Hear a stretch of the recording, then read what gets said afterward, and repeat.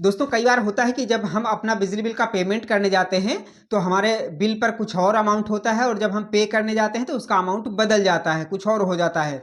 तो कई लोगों के मन में ये सवाल आता है कि आखिर ऐसा क्यों होता है, जो अमाउंट है हमारा बिल पर वही होना चाहिए। तो आज के इस वीडियो में मैं आपको बताऊंगा कि आखिर बिल अमाउंट बदलता क्यों है, उसका कारण क्या है और कैसे आप उसको बदलने से रोक सकते हैं। क्योंकि बिल पर कम अमाउंट होता है और जब आप पे करने जाते हैं तो वहां पर ज्यादा हो जाता है। तो अगर आपको इसकी जानकारी रहेगी तो कहीं ना कहीं आपका फायदा ही होगा। आपकी जो पेमेंट ज्यादा होने वाली है आप उससे बच जाएंगे, एक्स्ट्रा पैसे जो आपके लगने वाले हैं वो नहीं लगेंगे। तो जानकारी आपके बहुत ही ज्यादा काम की होने वाली है, तो इसलिए वीडियो को पूरा ध्यान से जरूर देखिएगा। और अगर आप चैनल पर नए हैं तो चैनल को सब्सक्राइब करके बेल आइकन को ऑल पर सेट करके जरूर रखिएगा। तो चलिए मैं अपने फोन की स्क्रीन ऑन कर लेता हूं और आपको लाइव में पूरा प्रोसेस दिखाता हूं। तो देखिए ये मैंने यूपीपीसीएल ऐप में एक अकाउंट की डिटेल फैच कर रखी है यहाँ पर बिल पेमेंट के लिए। देखिए मैं ऊपर में अकाउंट नंबर है, नाम है और बिल अमाउंट देखिए 425 रुपए दिखा रहा है। ये देख सकते हैं यहाँ पर 425 रुपए लिखा हुआ है पेबल अमाउंट। लेकिन यहाँ पर क्या होता है, कई बार बढ़ जाता है। तो क्यों बढ़ता है और कहाँ पर दिखता है वो आप समझिएगा। तो उसके लिए पे नाउ पर क्लिक कर देंगे, देखते हैं आगे क्या होता है। ये मैंने इस पर क्लिक किया। अब देखिए यहाँ पर दो अमाउंट दिखने लगे हैं। देखिए एक तो यहाँ पर लिखा हुआ है 429 रुपए और दूसरा लिखा हुआ है 425 रुपए। अभी मैंने आपको 425 रुपए दिखाया था और यहाँ पर भी लिखा हुआ है, लेकिन ऊपर में बिल अमाउंट 429 रुपए लिखा हुआ है। तो आखिर ऐसा क्यों है, ये तो बराबर होना चाहिए दोनों जगह पर। तो चलिए उसके लिए एक मैं पीडीएफ वाला बिल ओपन कर लेता हूँ और फिर आपको दिखाता हूँ। एक दूसरा बिल है, उसको भी आप देख लीजिए, उसके बाद फिर डिटेल पर बात करते हैं। देखिए ये मैंने पीडीएफ वाला एक बिल ओपन कर लिया है।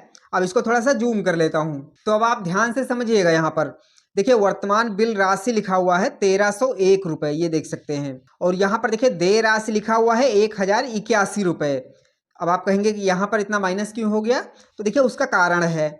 यहाँ पर देखिए पूर्व बकाया लिखा हुआ है माइनस 220 रुपए, मतलब इनका 220 रुपए जमा है पिछले महीने से, तो इसलिए ये यहाँ पर माइनस हो गया है।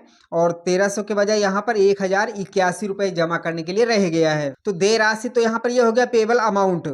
अब उसमें देखिए यहाँ पर एक अमाउंट और लिखा हुआ है 1070 रुपए।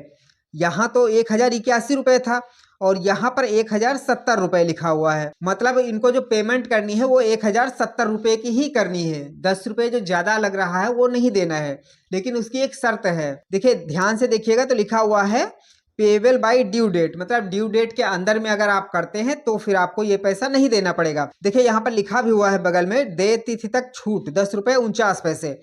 यानी कि अगर आप ड्यू डेट के अंदर में अपना बिल पेमेंट करते हैं तो फिर आपका जो 10 रुपए 49 पैसे जो इस बिल पर लग रहा है वो नहीं लगेगा। वहीं अगर आप ड्यू डेट के बाद में करेंगे तो फिर आपको पूरा लगेगा, यानी कि 1081 रुपए आपको देना पड़ेगा। ये देख सकते हैं यहाँ पर, ये आपको देना पड़ेगा। लेकिन अगर आप ड्यू डेट के अंदर में देते हैं तो फिर आपका 1070 रुपए ही लगने वाला है। यानी कि आपका से मेरा मतलब है कि यहाँ पर अमाउंट अलग हो सकता है। मैंने जो प्रक्रिया है, जो प्रोसेस है वो बताया है।